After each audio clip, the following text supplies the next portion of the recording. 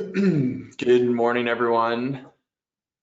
I know we're running a couple minutes behind today. We're just letting everyone get into the room here. Thanks for joining. Hi, Peter. Hi, Ian. Hey, Tom. Good to see everyone. It's just after 10 a.m. PST. I'm currently in the Vancouver office. For those of you who don't know me, I'm Rick Math. I'm the Chief Revenue Officer here at WPIC. I'm really thrilled to be joined by our Chief Executive Officer and co-founder Jacob Cooke, who's alongside me here in the Vancouver office. We're really excited to be doing these sessions this week. And today we're talking all about beauty and D2C in China. So just a little bit of background on the firm. WPIC has been in Asia for close to 2 decades, headquartered in Beijing, where Jacob typically lives. We're lucky to have him on this side of the ocean for this session. We've got 3 main operational campuses in mainland China, supported by 7 global offices around the world. Have about 360 full-time employees on the ground in mainland China today that support brands from around the world, really with all things market entry and market growth. And so we wanted to set up these Q&A sessions to really provide brands and stakeholders and leadership with education, with insights, with the opportunity to ask us questions on what we're seeing on the ground every day as we operate brands at very different stages. We work with companies and beauty brands that would be considered very, very early stage that are entering the market for the first time, really looking to navigate those first few steps all the way through to larger multinationals and enterprise clients that have really well established businesses inside of China and throughout APAC. And so we've scheduled 30 minutes. Hopefully we'll be able to get to everyone's questions through that time. But look, to kick off, Jacob, I want to start with a little bit of just macro on what you're seeing inside of the category, inside of beauty, personal care, skincare, cosmetics. We kind of group those things internally. Obviously, they're very unique product segments within their own right. But what are you seeing today in China in that segment, and what should brands be aware of? Well, broadly speaking, we're probably at the precipice of a transition. For so long, Tmall has been dominating the GMV portion of the industry. We've seen certain categories now in the last sort of year with maybe single point declines in an industry that overall is still increasing across all platforms. Primarily, we're going to see more and more of the GMV market share shift over to Douyin, or the Chinese TikTok now. We've seen trends already in fashion.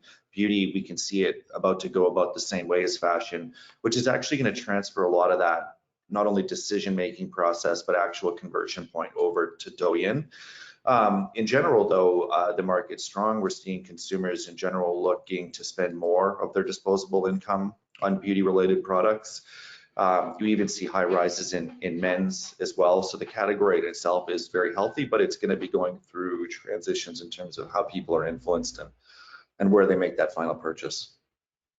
Great, really, really interesting. And before we get too deep into this, I'm just want to invite everyone, if you have a question throughout any point in today's session, we've got a Q&A portal here in the GoToWebinar panel.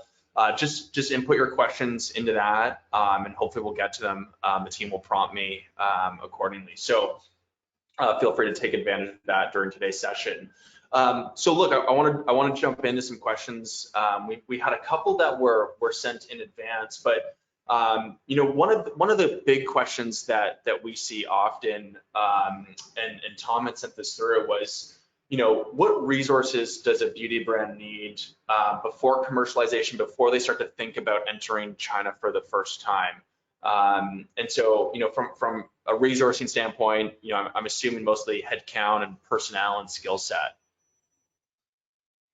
Yeah. Okay. Well, if you're using the example that if you're entering and looking to enter, then basically there's a lot of mechanisms at play. The first more than likely option is going to be a cross-border option. That allows for a little bit more flexibility in terms of trademarks, product approvals, things like that, animal testing requirements, which are getting easier but still prevalent. And then almost 90% of brands, I think, would elect as a market entry strategy to go cross-border. It makes things a little bit easier. Barrier to entry is lower.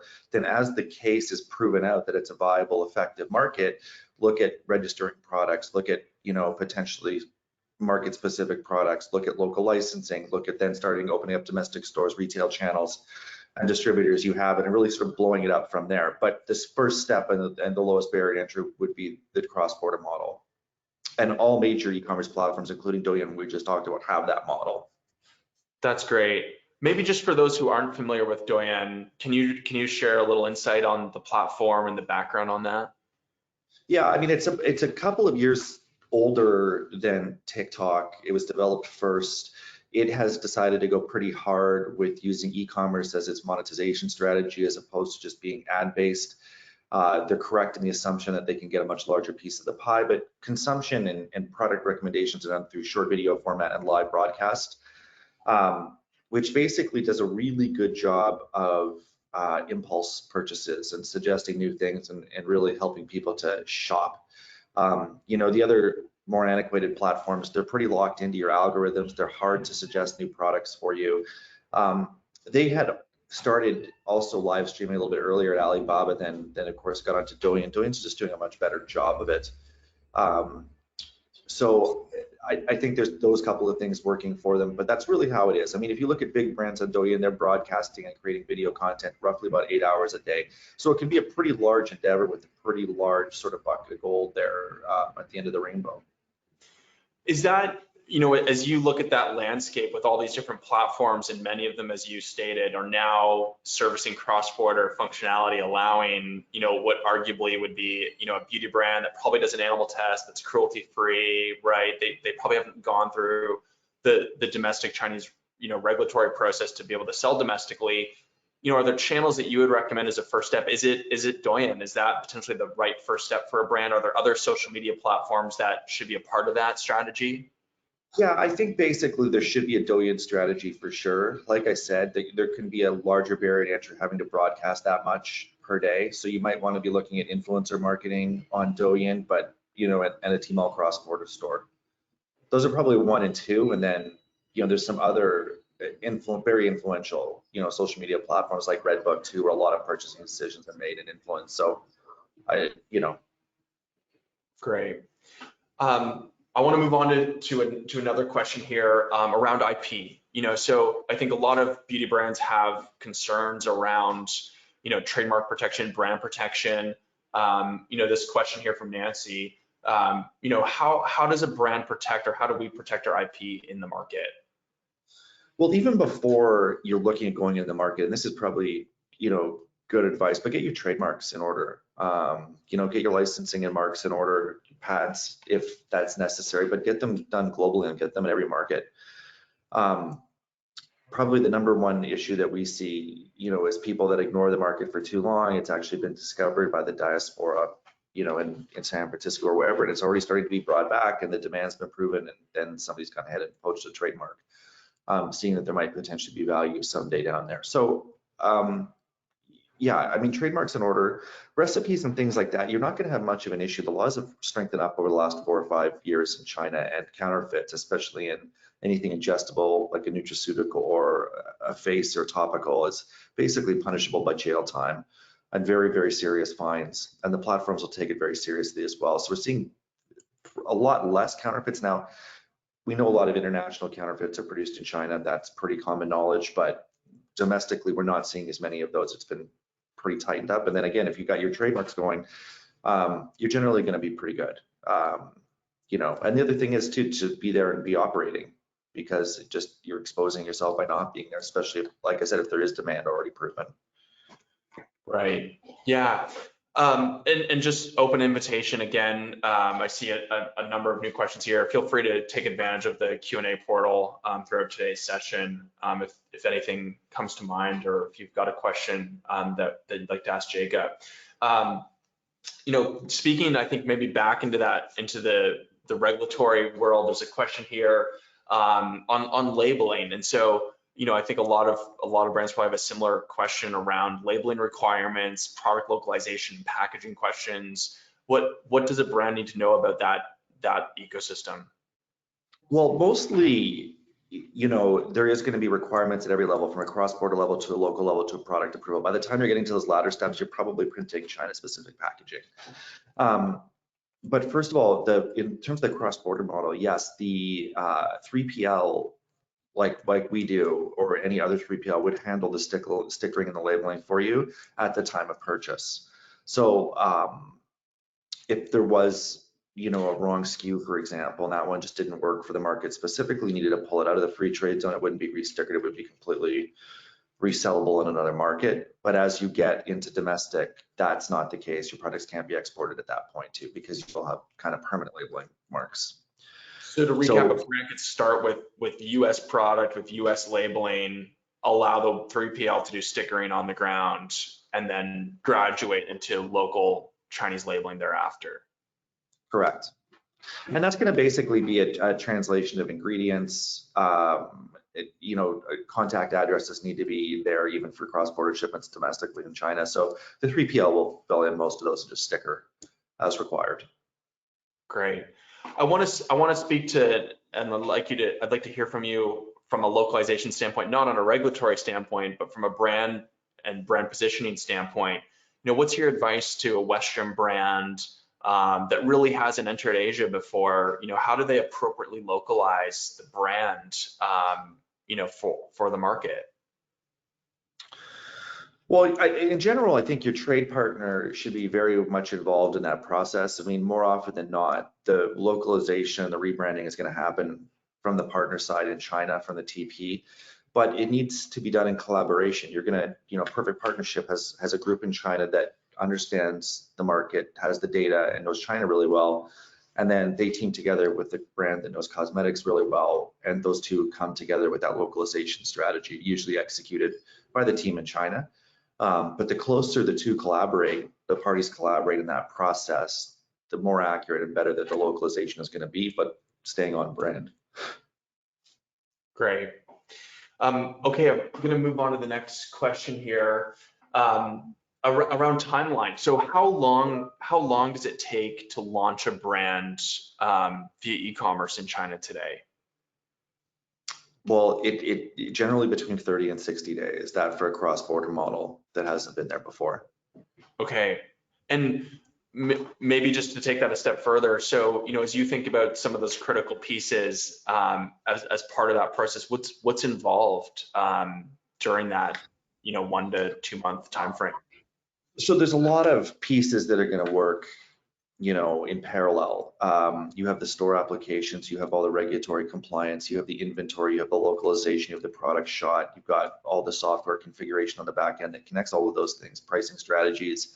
But you just do all these. I mean, when we partner up with a cosmetics brand, we put about 15 to 18 people on that initial onboarding team, and a couple of them are going to be responsible for everything from logistics, compliance, registration, software people, training people, customer support, you name it. It's all going to be in that big group to really sort of get that going as fast as possible. That's great.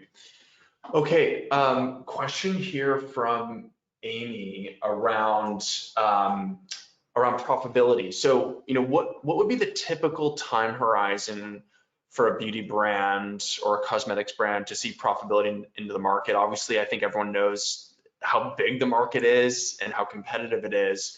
But maybe most importantly for like a CFO's office, what is that time horizon? What are you advising a beauty brand on with regards to timeline on profitability? I think when you look at the profitability models, and the common thing is, I think you have to be looking at a revenue number that first year of at least $1 million, and then sort of all your fixed and hard costs are covered. That's probably profitable towards the end of that year. And then growth rates, if you want to keep it at that profitability level, you could probably be looking at like a 1, 2.5, 4, 5 million growth over those years at a profitable level. Some people would rather acquire customers for a couple of years, knowing that they're going to stay loyal, and then they want to do like a 1, 5, 10 or 3, 5, 10, which might mean they want to see profitability in 3 years, but they're going to see 3x the revenue in that same amount of time. So it's kind of dependent upon the model. But if you had to look at minimum time horizon, I would focus around that $1 million mark. That's going to get most people profitable in market. And then you can focus on growth from that point over. Great. Really, really helpful. Okay, I'm just gonna move on here. This is a question around distributors. You know, how would a brand find a distributor? Should they find a distributor? And is that recommended?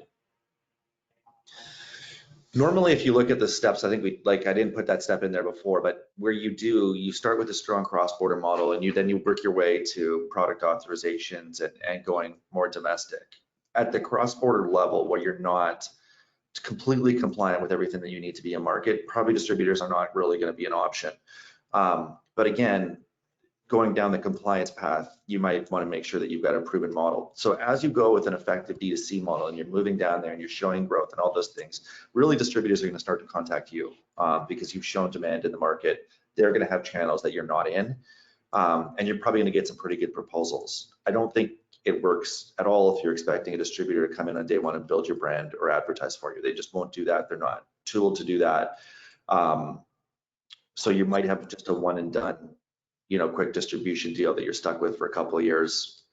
Not really recommended. Never seen it be successful for a way to really enter the market for a new brand.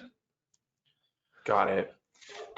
I want to ask, and just selfishly, I mean, I think, and a lot of beauty brands ask me this, but what have you seen? Obviously, the world's flipped upside down. We've dealt, and we've all been kind of sitting watching this transformation from the offline into the online. China has really probably been ahead of that curve, I think, arguably.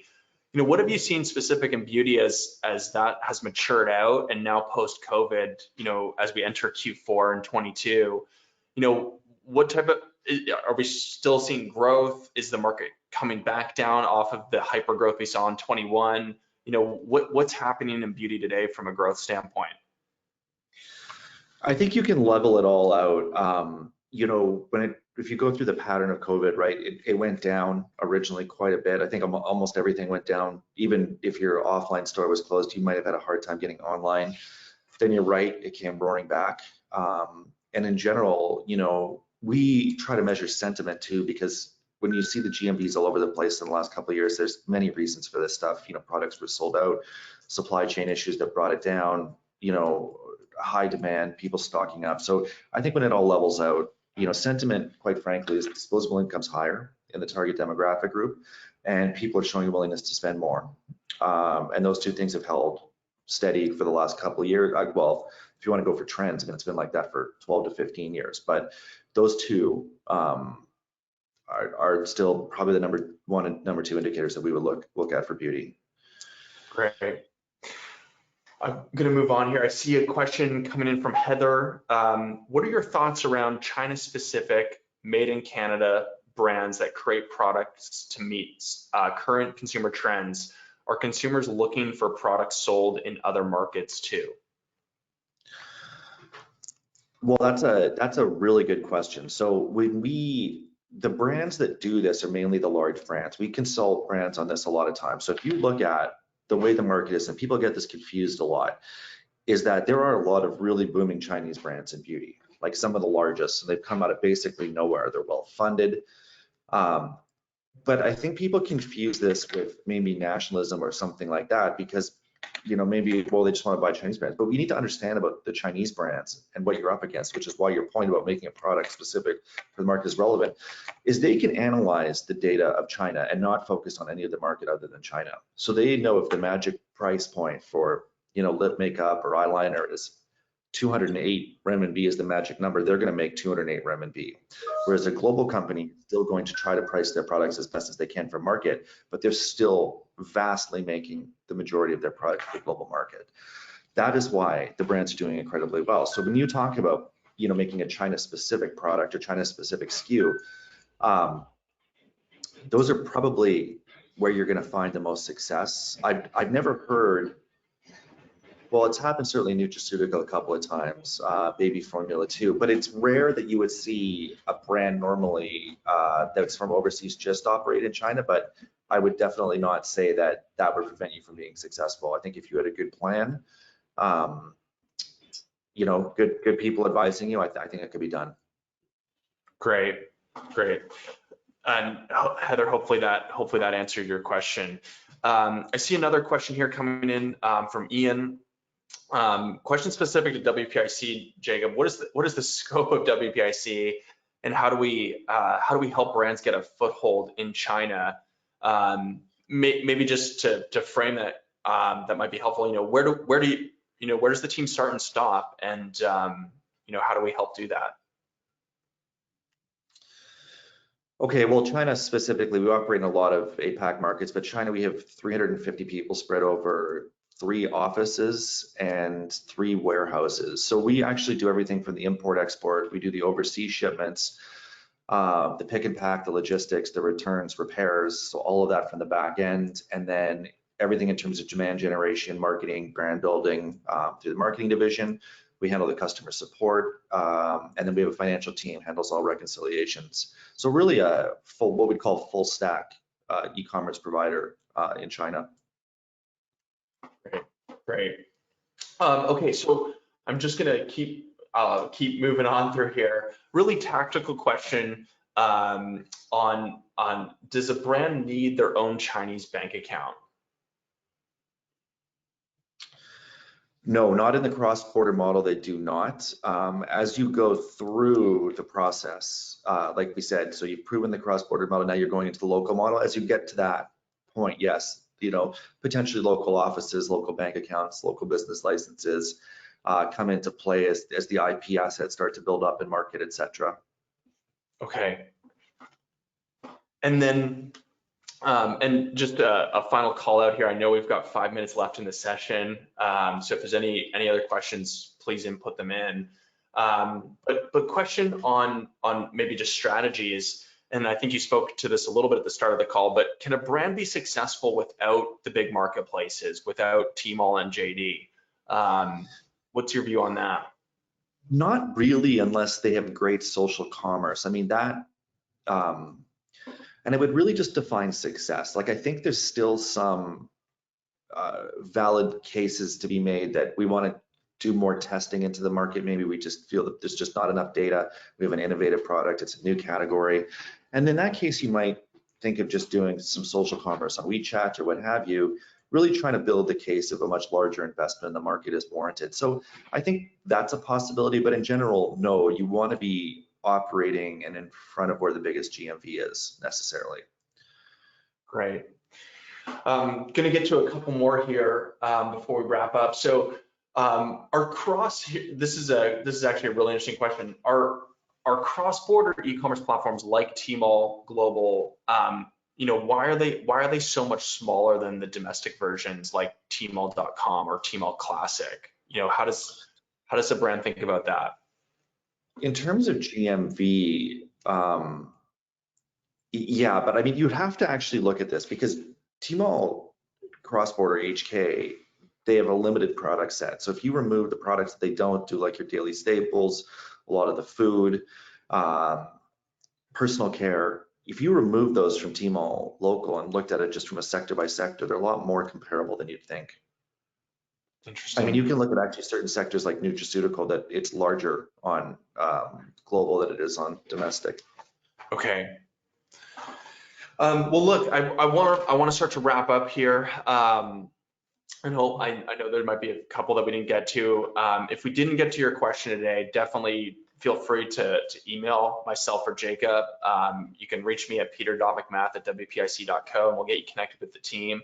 Alternatively, you can go to wpic.co to learn more about what we do and how we support.